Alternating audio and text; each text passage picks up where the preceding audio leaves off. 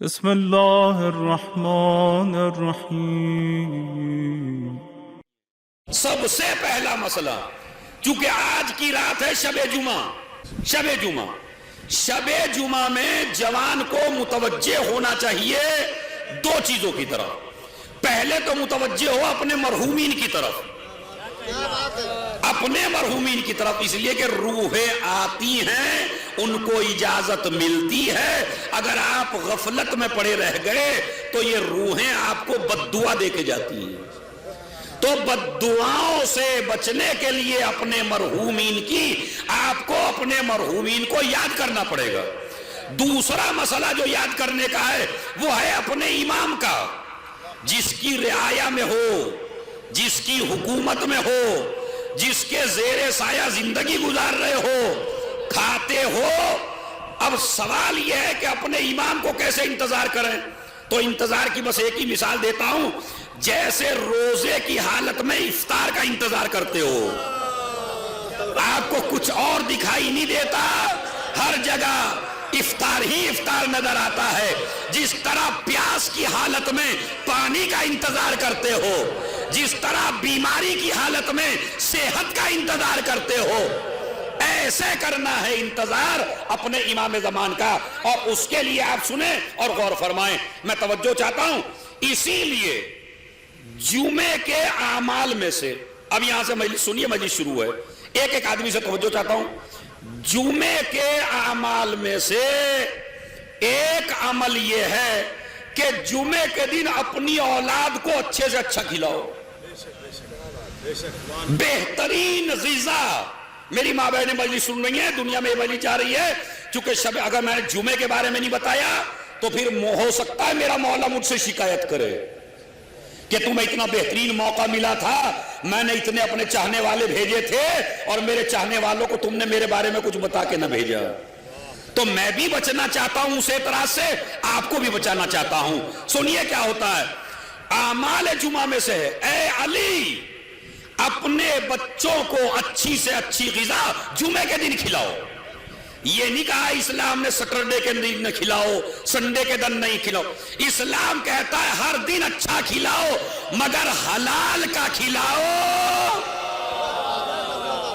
حرام کا نہیں کھلانا۔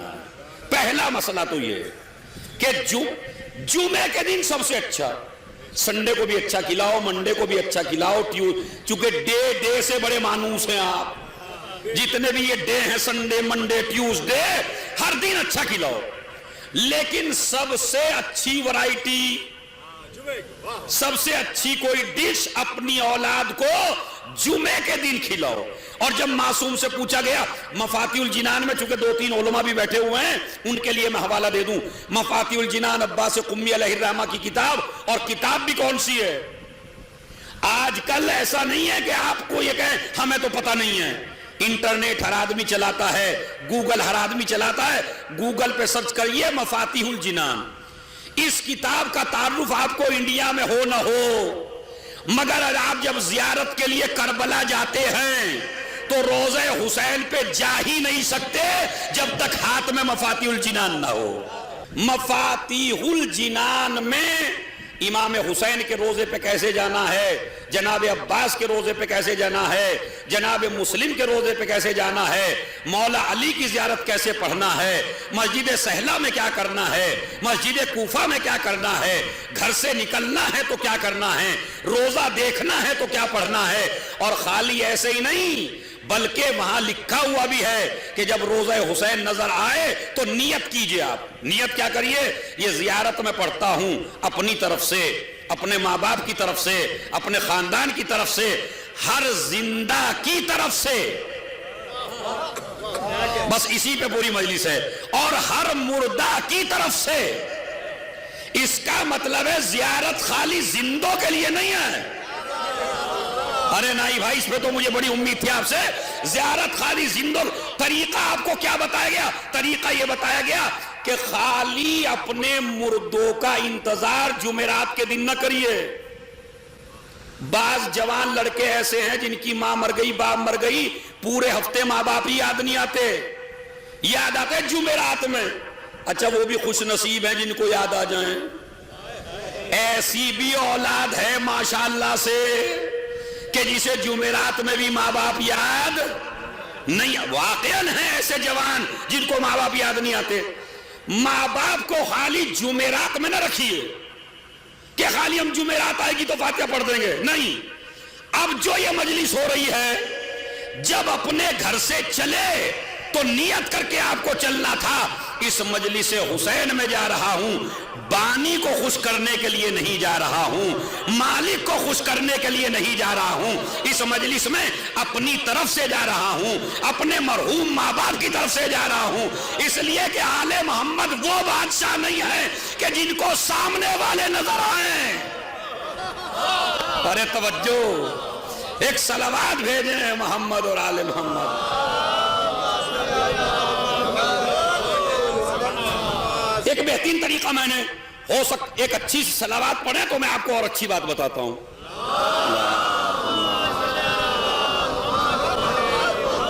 مثلا آپ کے دروازے پہ ایک فقیر مانگنے آیا, آپ نے اسے بھیک دے دی. اسی بھیک دیتے ہوئے نیت کر لیجئے پروردگار یہ میری طرف سے بھی ہے, میرے مرحوم ماں باپ کی طرف سے بھی ہے. ثواب پہنچ گیا. آپ نے کسی کو صحیح مشورہ دے دیا, یہ مشورہ دینا بھی صدقہ ہے, تو نیت کر لیجئے یہ جو میں نے صحیح مشورہ دیا یہ اپنی ماں کی طرف سے بھی ہے, اپنے باپ کی طرف سے بھی ہے, میری طرف سے بھی ہے. آپ مجلس میں محرم میں پورے عشرے میں جائیے, جن جن مجلسوں میں جائیے نیت کر کے جائیے. یہ پتہ نہیں ہمیں کس وائز نے بتایا کہ ماں باپ کو صرف جمعرات میں یاد کریے. یہ غلط سمجھایا گیا آپ کو کہ خالی جمعرات میں نہیں, جو بھی کام آپ جائز کریں. ارے میں نے تو لفظ بڑا سنبھال کے کہا تھا بھائی, جو جائز کام کریں اس میں اگر آپ کو امید ہے مجھے ثواب ملے گا تو آپ اس میں ماں باپ کو بھی ایڈ کر سکتے ہیں. باقی یہ بھی آپ سن لیجئے, وہ جو کھانا سامنے رکھا ہوتا ہے نا فاتحہ میں, اس کا سورہ فاتحہ سے کوئی گہرا رابطہ نہیں ہے. ہاں یہ نئی بات ہے تو آپ ایک صلوات پڑھیں تو میں ہلکا کر دیتا ہوں اسے. نہیں, اچھی سی صلوات پڑھیے تو میں بتاتا ہوں آپ کو. اللہم صلی. بس ایک بات سن لیجئے, وہ کیا کہ یہ جو کھانا آپ نے رکھا, مثلا میں نے ابھی مجلس میں سورہ فاتحہ ان کی ماں کے لیے پڑھوائی, اس میں کوئی کھانا سامنے رکھا تھا؟ پہنچی یا نہیں پہنچی؟ پہنچ گئی. ابھی مجلس کے بعد پھر پڑھواؤں گا, وہ بھی پہنچ جائے گی بغیر کھانے کے. تو اللہ نے سورہ فاتحہ کو کھانے سے نہیں جوڑا, ورنہ نہ جانے کتنی نالائق اولاد کہہ دیتی پروردگار تو نے فاتحہ کو کھانے سے جوڑا, میں تو خود ہی فقیر ہوں, میں کھانا لوگوں کو کیسے کھلاؤں. اللہ نے کہا کہ فاتحہ کا کھانے سے ربط نہیں ہے, خالی اگر الحمد بھی پڑھ دے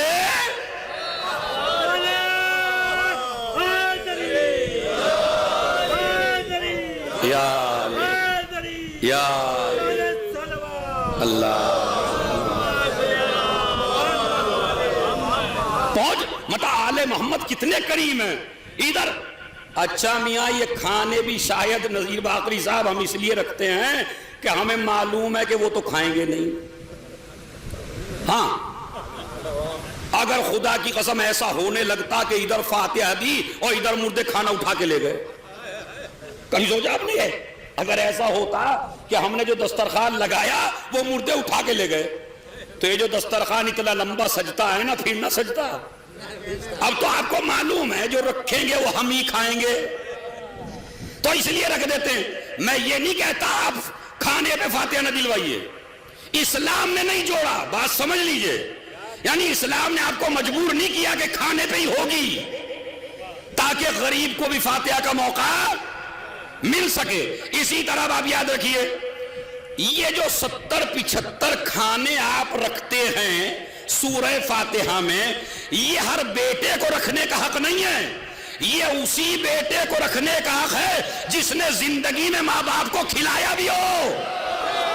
ارے بھائی میرے ماں باپ تو مر گئے پپیتے کو ترستے ہوئے, ایک ایک آم کو ترستا ہوا مر گیا. جب بھی جوان بیٹے سے کہا بیٹا آم لا دے, اور اب باپ کتنی مہنگائی چل رہی ہے, فنا چل رہی ہے, اور اب جو 40واں آیا تو میاں 1 کوئنٹل آم پہ فاتحہ دلوا دی.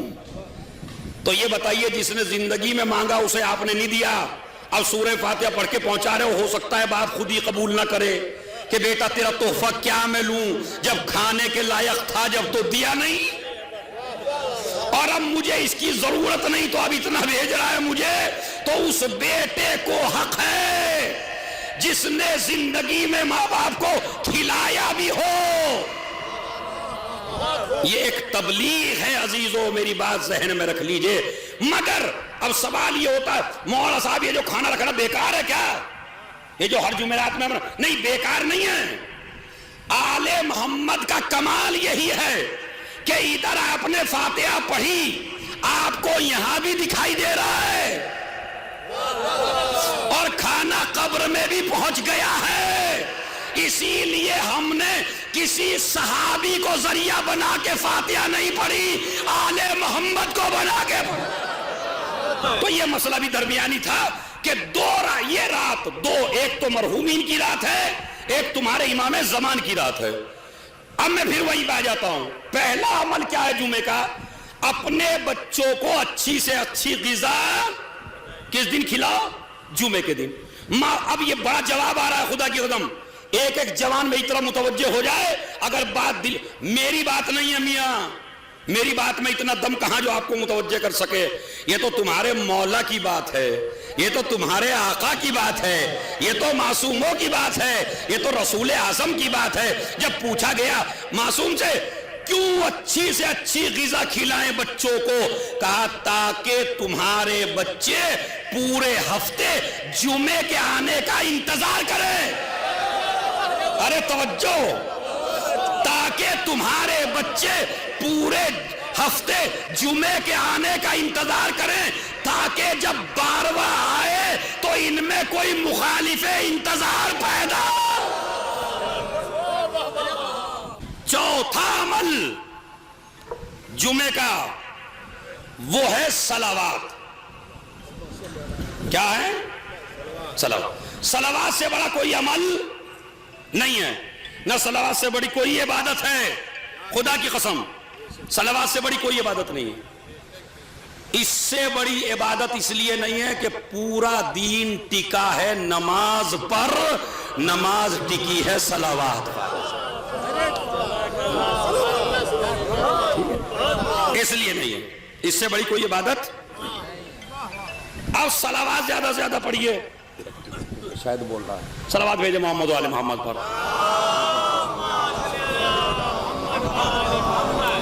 ذرا صلوات کی باری آئی تو اچھی سی پڑھیے نا.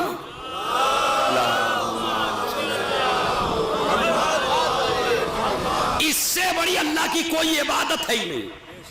نماز, روزہ, حج, زکات, خمس کچھ نہیں. سب سے بڑی عبادت کا نام ہے صلوات. اس کی وجہ بتاتا ہوں. نماز صرف بندے پڑھتے ہیں, روزہ صرف بندے رکھتے ہیں, حج صرف بندے کرتے ہیں, مگر صلوات وہ عبادت ہے کہ پروردگار پہلے خود کرتا ہے اور بعد میں بندوں کو حکم دیتا ہے. تو اس کا مطلب ہے اس سے بڑی کوئی عبادت. اسی لیے جمعرات کے دن فرشتے آ جاتے ہیں, فرشتوں کی ایک ٹیم, لکھتے ہیں عباس قمی, وہ ٹیم آ کے خالی لکھتی ہے صلوات کا ثواب کہ جمعرات سے لے کے جمعے کے دن تک کس کس نے صلوات پڑھی. وہ خالی لکھتے ہی صلوات ہیں وہ. اور ایک صلوات کا ثواب بتا دوں, بس ایک کا, ایک صلوات. جب نبی معراج پہ گئے تو فرشتے ملنے آئے, ایک فرشتہ نہیں آیا. 40 سال سے 2 رکعت نماز پڑھ رہا تھا, 40 سال سے 2 رکعت, مگر آپ سے مطالبہ نہیں ہے لمبی نماز کا. کبھی آپ آج سے مجلس سن کے شروع کر دیں کہ 2 گھنٹے کی تو پڑھی لوں, نہیں. اسلام اس لیے کہ فرشتے کے پیٹ نہیں ہے, اسے بھوک نہیں لگتی, اسے نیند نہیں آتی, مگر تمہارے لیے بھوک بھی ہے, تمہارے لیے نیند بھی ہے, تمہارے پیٹ بھی ہے. پیٹ نہ ہو کے بھی کسی کے دروازے پہ مانگنے آیا ہو نہ آیا ہو، مگر دروازہ فاطمہ پہ مانگنے ضرور آیا۔ یہ ایک موضوع ہے، انشاءاللہ پھر کبھی آؤں گا تو سناؤں گا آپ کو۔ لیکن آیا جب 2 رکعت نماز تمام ہوگی، رسول کے پاس آیا، سوری یا رسول اللہ، کیا معذرت چاہتا ہوں، سب لوگ ملنے آئے، میں آپ سے ملنے نہیں آ پایا۔ کیوں؟ کہا 40 سال سے 2 رکعت نماز پڑھا تھا، آج پوری ہوئی۔ ٹھیک ہے، اچھی بات ہے۔ یا رسول اللہ میں یہ گفٹ دینا چاہتا ہوں آپ کو، آپ لے جائیے اپنے ساتھ۔ نبی نے کہا مجھے تمہارے گفٹ کی ضرورت نہیں ہے۔ اس نے کہا کہ آپ کو تو ضرورت نہیں، آپ سردار انبیاء ہیں، مگر آپ کی امت میں تو بڑے بڑے گناہگار ہیں، تو ان گناہگاروں میں جا کے بانٹ دینا تاکہ اس کی برکت سے بخشے جائیں۔ نبی نے کہا میری امت کو بھی ضرورت نہیں ہے۔ کہا کیوں؟ کہا جتنا ثواب اللہ نے تجھے 2 رکعت نماز کا 40 سال میں دیا، اتنا ثواب تو میری امت کو اس وقت ہے جب ایک جگہ مل کر محمد و آل محمد پہ صلوات۔